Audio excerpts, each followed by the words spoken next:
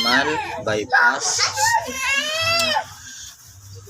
Naglagay po tayo ng thermal bypass muna tayo. Hindi pa po yan na ano pa lang po yan.